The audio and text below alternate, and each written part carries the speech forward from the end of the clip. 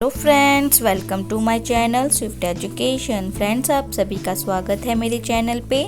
तो फ्रेंड्स, जैसे कि हम कर रहे हैं टेंस की सीरीज़, तो आज हम करेंगे पास्ट परफेक्ट कॉन्टिन्यूस टेंस। तो जो बाकी के हम टेंस कर चुके हैं उनका लिंक मैंने डिस्क्रिप्शन बॉक्स में डाल दिया है, तो आप वहाँ से देख सकते हैं। तो फ्रेंड्स, साथ ही साथ हम देखेंगे कि पास्ट कॉन्टिन्यूस टेंस और पास्ट परफेक्ट कॉन्टिन्यूस टेंस में क्या डिफरेंस है। तो चलिए चलते हैं, स्टार्ट करते हैं अपना topic. Past perfect continuous tense. It represents an ongoing action that started and continued for some time in the past.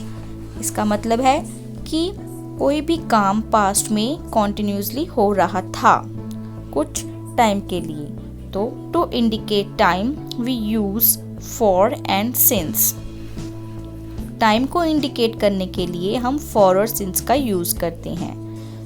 जो काम पास्ट में जारी था या चल रहा था तो उसको हम पास्ट परफेक्ट कॉन्टिन्यूस टेंस कहते हैं। साथ ही साथ उसमें कुछ समय दिया होता है हमें। अब देख लेते हैं फ्रेंड्स, सिंस और फॉर का यूज़ हम कैसे करते हैं। तो पहले देखते हैं सिंस और फॉर होता क्या है। सिंस हम तब यूज़ करते हैं जब हमें निश्चित टाइम दिया होता है, निश्चित समय दिया होता है उसको, जैसे कि पॉइंट ऑफ टाइम दिया होता है, जैसे सोमवार से, सुबह से, कल से, ठीक है। और फॉर का यूज़ करते हैं अनिश्चित समय के लिए, जब हमारा टाइम अनिश्चित होता है, जिसमें हमें सिर्फ ड्यूरेशन ऑफ टाइम बताई होती है, यानी 2 घंटे से, 5 दिन से, 4 दिन से, 5 साल से, 6 साल से, ऐसा कुछ ड्यूरेशन बताई होती है, तब हम फॉर का यूज़ करते हैं। तो आगे हम देखेंगे इन्हें कैसे इनका यूज़ करना है। तो चलिए आगे चलते हैं। तो फ्रेंड्स, पहले देख लेते हैं इसकी पहचान क्या होती है। हमें वाक्य में समय दिया होता है, साथ ही साथ से रहा था, से रही थी, से रहे थे, ऐसा दिया होगा तो हम समझ जाएंगे कि ये पास्ट परफेक्ट कॉन्टिन्यूस टेंस की बात हो रही है। चलिए एग्जाम्पल देख लेते हैं। राधिका सुबह से पढ़ रही थी। तो देखिए इसमें सुबह एक हमें टाइम बता दिया गया कि सुबह, ठीक है, और दूसरा है रही थी, से भी आ गया, रही थी भी आ गया, तो ये एक पास्ट परफेक्ट कॉन्टिन्यूस टेंस की पहचान है। तो इसका हम कैसे लिखेंगे। Radhika had been reading since morning. तो फ्रेंड्स, एक बात और ध्यान दीजिए कि इस टेंस में हमेशा हमेशा हैड बीन का यूज होता है एज अ हेल्पिंग वर्ब, ठीक है। चाहे हमारा सब्जेक्ट सिंगुलर हो या प्लूरल, मतलब चाहे आई हो, वी हो, यू हो, दे हो, या किसी का नाम हो, जैसे कि यहाँ पे नाम दिया है राधिका, तो हैड बीन का ही यूज़ होगा। और यहाँ पे हमने यूज़ किया है सिंस मॉर्निंग। अब सिंस का यूज़ क्यों किया है, क्योंकि हमें एक पॉइंट ऑफ टाइम बताया है कि सुबह से, इसलिए हमने यहाँ पे सिंस का यूज़ किया है, ठीक है। तो अगला है हमारे पास सेंटेंस, राधिका 2 घंटे से पढ़ रही थी। अब इसमें हमें बता दी गया 2 घंटे, एक ड्यूरेशन बता दी गई कि इतने टाइम से पढ़ रही थी। तो Radhika had been reading for 2 hours, इसलिए हमने यहाँ पे फॉर का यूज़ किया, क्योंकि हमें यहाँ पे ड्यूरेशन बता दी गई, पूरा टाइम बता दिया गया कि 2 घंटे से पढ़ रही थी, ठीक है फ्रेंड्स। तो चलिए चलते हैं आगे। तो फ्रेंड्स, अब देख लेते हैं कि जो यूजेस ऑफ फॉर और सिंस क्या हैं, कि हम फॉर का यूज़ कब करेंगे और सिंस का यूज़ कब करेंगे, जब हमें टाइम गिवन होगा।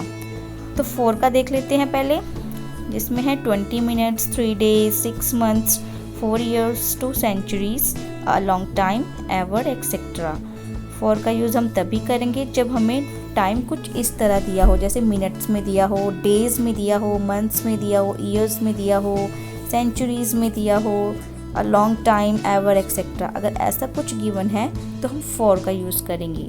और दूसरी तरफ सिंस देखते हैं। सिंस में जैसे कि 6:15 PM, Monday, January 1994, 1800, I left school, the beginning of the time.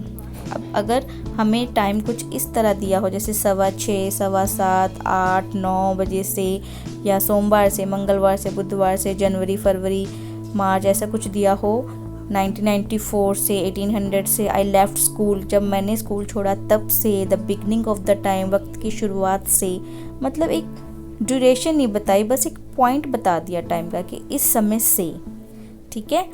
तो हम सिंस का यूज़ करेंगे। तो चलिए अब देख लेते हैं कि हम पास्ट परफेक्ट कॉन्टिन्यूस टेंस का यूज़ कब करते हैं और कहाँ करते हैं। पहला हमारे पास पॉइंट है हैपनिंग, मतलब कोई भी कार्य पास्ट में हो रहा था, जैसे कि it had been snowing all week, मतलब पूरा हफ्ता वर्षा हो रही थी। ठीक है।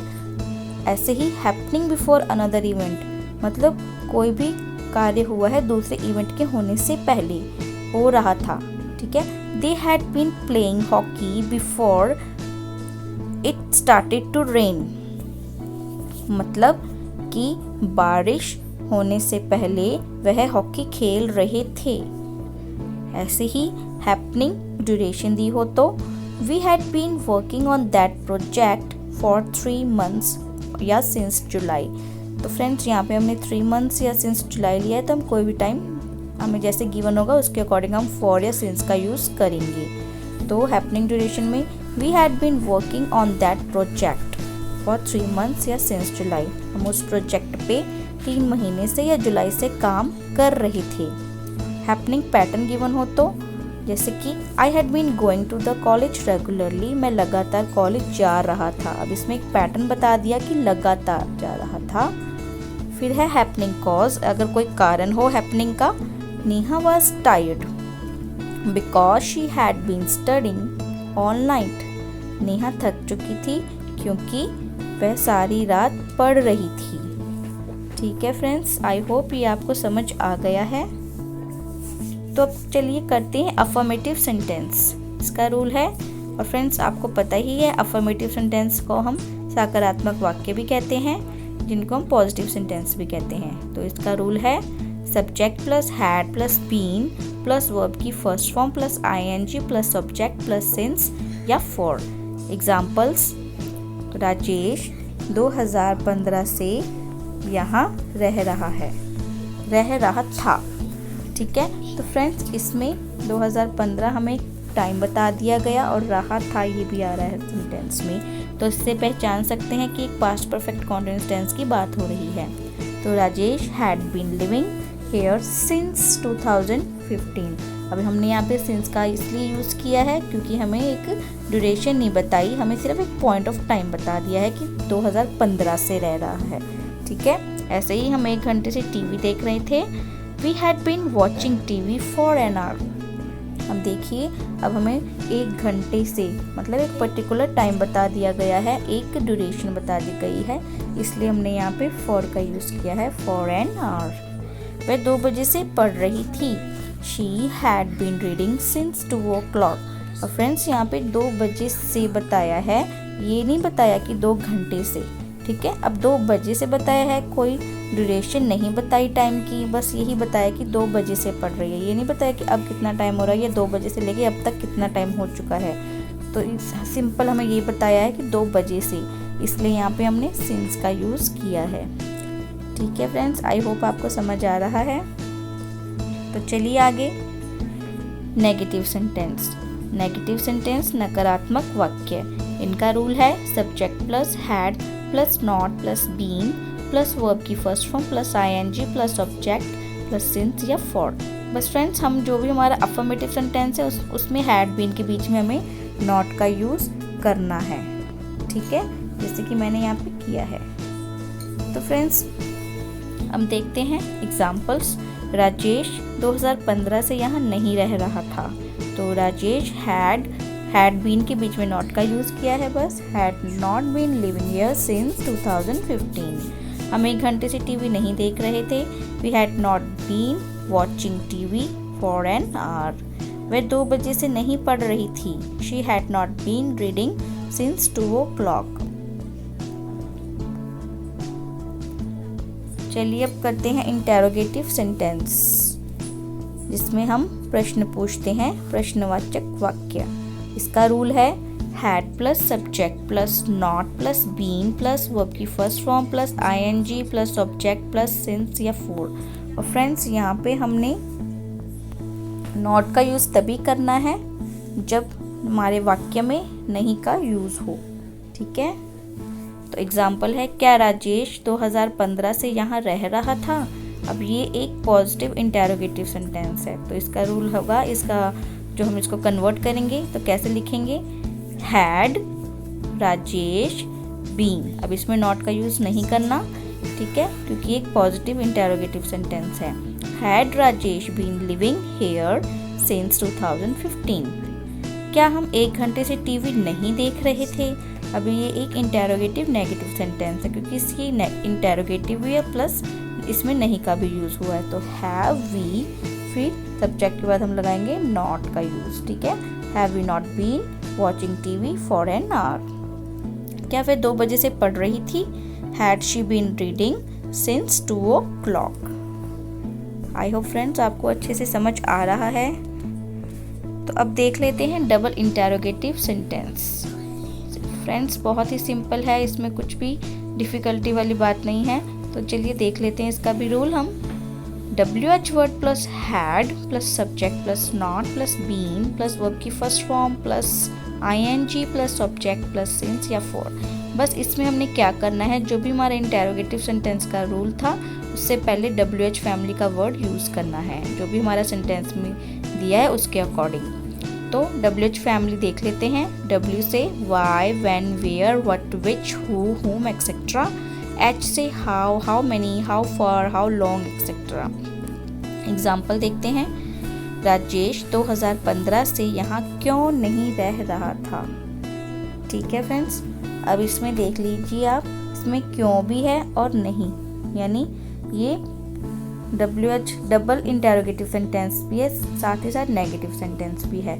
तो WH फैमिली से आएगा, क्योंकि इंग्लिश की होती है वाई, फिर had Rajesh not been living here since 2015। हम 1 घंटे से टीवी क्यों देख रहे थे? Why had we been watching TV for an hour. वह 2 बजे से क्या पढ़ रही थी? Why had she been reading since 2 o'clock। ठीक है फ्रेंड्स, इसमें बस नॉट का यूज़ तभी करना है हमने जब हमारा सेंटेंस नेगेटिव होगा साथ ही साथ, ठीक है। और बाकी सेम वही रूल है जो इंटेरोगेटिव सेंटेंस का है, बस उसके आगे WH फैमिली का वर्ड हमने यूज़ करना है। तो फ्रेंड्स चलिए अब देख लेते हैं कि पास्ट कॉन्टिन्यूस टेंस में और पास्ट परफेक्ट कॉन्टिन्यूस टेंस में क्या डिफरेंस है। फ्रेंड्स बस थोड़ा सा डिफरेंस है, वो है टाइम का। जो पास्ट कॉन्टिन्यूस टेंस है उसमें हमें कोई टाइम नहीं गिवन होता, और जो पास्ट परफेक्ट कॉन्टिन्यूस टेंस है उसमें हमें टाइम गिवन होता है। जैसे एग्जाम्पल है, वह गाना गा रही थी। अब इसमें हमें कुछ नहीं बताया कि वो कब गा रही थी, कितने टाइम से गा रही थी, तो शी वॉज सिंगिंग, वह गाना गा रही थी। ठीक है, अगर हम पास्ट परफेक्ट कॉन्टिन्यूस टेंस की बात करते हैं तो उसमें हमें टाइम गिवन होता है। वह सुबह से गाना गा रही थी, इसमें एक टाइम बता दिया गया कि सुबह से, तो she had been singing since morning. Friends I hope आपको ये समझ आ गया है। तो फ्रेंड्स अगर ये मेरी वीडियो आपको अच्छी लगे तो इसे शेयर कीजिए, लाइक कीजिए और मेरे चैनल को सब्सक्राइब भी कीजिए, और साथ ही साथ बेल आइकन को भी दबा दीजिए। तो मिलते हैं अपनी नेक्स्ट वीडियो में, तब तक के लिए bye bye. Thanks for watching.